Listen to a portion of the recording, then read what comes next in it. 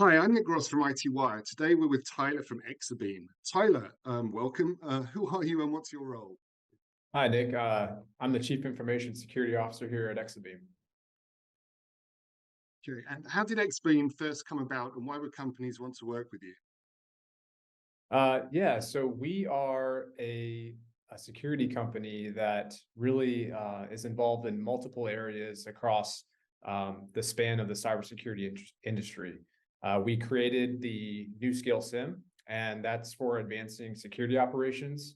So we help organizations detect threats, defend against cyber attacks, and really defeat adversaries. And how we do that is through a powerful combination of both cloud scale security log management, behavioral analytics, and an automated investigation experience that allows security operations team to have an unprecedented advantage over adversaries.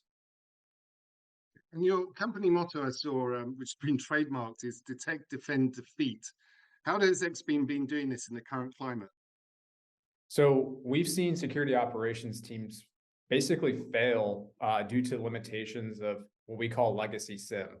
And it's partially due to a lack of innovation in the market relative to things like the growth of data, the sophistication of cyber attacks, and then this shift we've seen from or to the cloud. And it's created what we've called a SIM effectiveness gap. And so we see teams that are very overwhelmed with data. They're unclear on what data to even collect, and these legacy tools don't provide them the ability to have any complete picture of the threat, and it buries analysts with noise and alerts, and they're slow and ineffective in manual investigations. So what we've seen through all of these attacks, whether it be phishing or ransomware or malware, any type of external threat, everything corresponds to valid credentials being the primary target of adversaries. And so that demand, it really demands a shift in an investment from a legacy on-prem solution to a cloud native platform that is designed to actually identify this abnormal behavior and automate the process for threat detection, investigation, and response. And that's what we've built.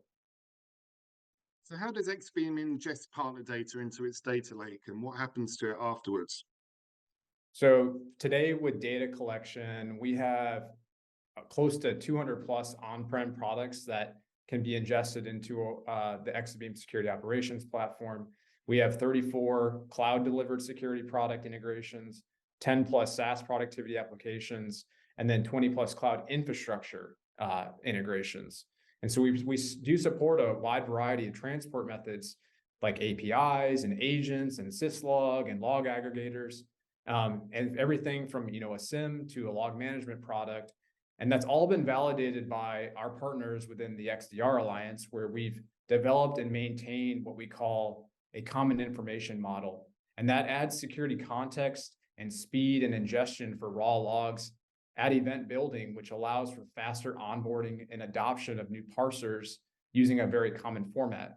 And what that creates is the ability to have your log management, and that's at scale through a cloud native solution.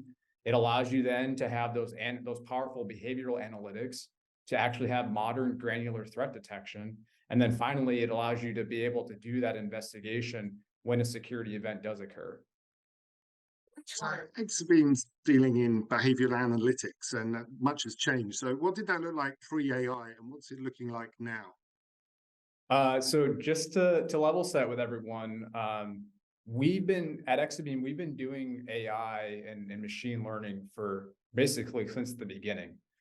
We've always been doing machine learning and statistical analysis. And one area that we see this in and what we're working on to continue to enhance is around natural language processing.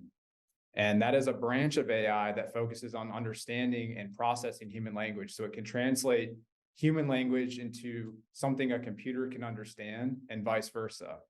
And a key application of that in security is within our search capability.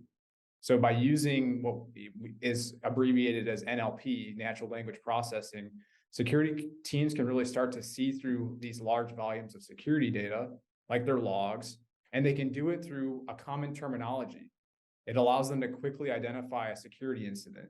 So if you can imagine being some new analyst on your SOC and you're grappling with some network breach, you don't know the tools very well, you don't know the systems, wouldn't it be really nice just to make a simple statement like, show me any critical events from CrowdStrike or Palo Alto, et cetera, over the last 24 hours?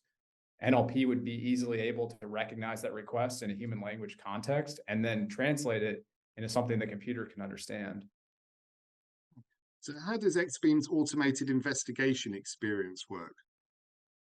Okay, so automation it's a word we see used frequently in security, and it's usually isolated to incident response. And I mentioned earlier about this SIM effectiveness gap, and that's where we look to automate the entire threat detection, investigation, and response process, not just the response part of it. So when we bring automation, we bring it into each step of that workflow. So whether it's triaging an alert or reconstructing the entire security incident and the timeline of actually what happened, we don't want to just see an alert happen. We want to see what happened before and after that fire. And we bring automation and context into this response, for like who users are, departments they're in, and peer groups. And then really what this does is help analysts perform their jobs faster with more precision to really let them scale out and reducing that manual and competitive and repetitive task. And what's currently keeping CISOs up at night, here locally and globally? I think it's about speed in the landscape of cybersecurity. One of the key concerns that certainly keeps me up at night is the rapidity with which attacks powered by things like AI and ML can be executed.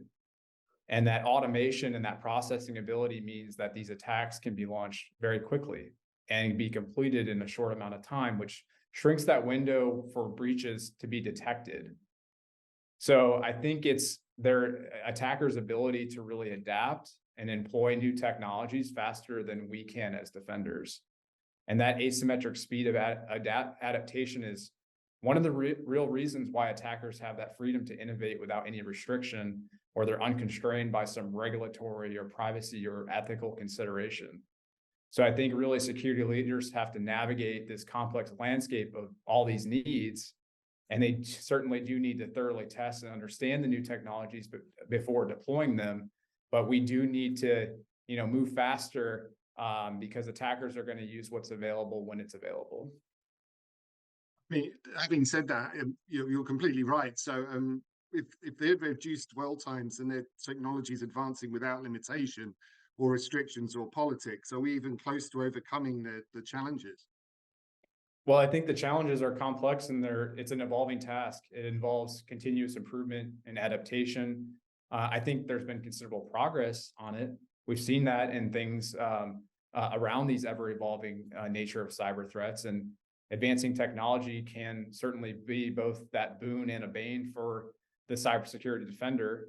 And on one hand, you can have these advancements that provide that more robust and sophisticated security tool, but on the other hand, same technological advancement can be utilized for malicious purposes. Like we've seen deepfakes and AI-powered malware, and the APTs, the advanced persistent threats, and what they're doing with the advent of these new technologies as well. So I think the reduced dwell times is certainly a positive trend in overcoming these challenges. It certainly indicates that organizations are getting better at detecting and responding to these breaches, but even that shortest dwell time can really cause a significant harm, especially when you're dealing with sensitive or critical information. So I think we're making progress. And given the complexity and ever-changing nature of it, I think we can say we're close to overcoming, but I think it's a more appropriate view to see cybersecurity as a journey rather than a destination. Good answer. How can potential partners work with Exabeam? Do you sell directly or through channel partners, MSPs, etc.? Yeah, so we operate within a 100% channel model. So we do not sell directly to customers in APAC. Instead, we do work closely with those potential partners who are interested in collaborating with us. So if you're interested in joining our partner program, we definitely encourage you to visit our website, navigate to that partner section, and there you're going to find a form that you can complete to express any interest you have in becoming a partner. And then once you submit that, we'll have a local rep that will reach out to you to discuss the next steps. And we certainly value the partnerships and look forward to exploring collaboration opportunities. And is there anything else you'd like to add? Security is not a one-time effort. It's ongoing, as I mentioned. And so it does require vigilance and adaptation and commitment, not just from the security organization, but everybody within the organization, regardless of role. And we have to align with that principle again of continuous improvement and shared responsibility. So remember that technology alone can't solve any of these problems, but with the right tools and systems, we also need to include the human element. It's equally as important. So things like training and awareness, and most importantly, fostering a security conscious and aware culture, I think is very paramount. So let's certainly don't forget the value from both successes and setbacks, because every incident, or whether it be that security breach or some successfully thwarted threat, it's an opportunity to learn and adapt and strengthen our defenses. Okay. Tyler from Exabeam, thank you very much. Thank you.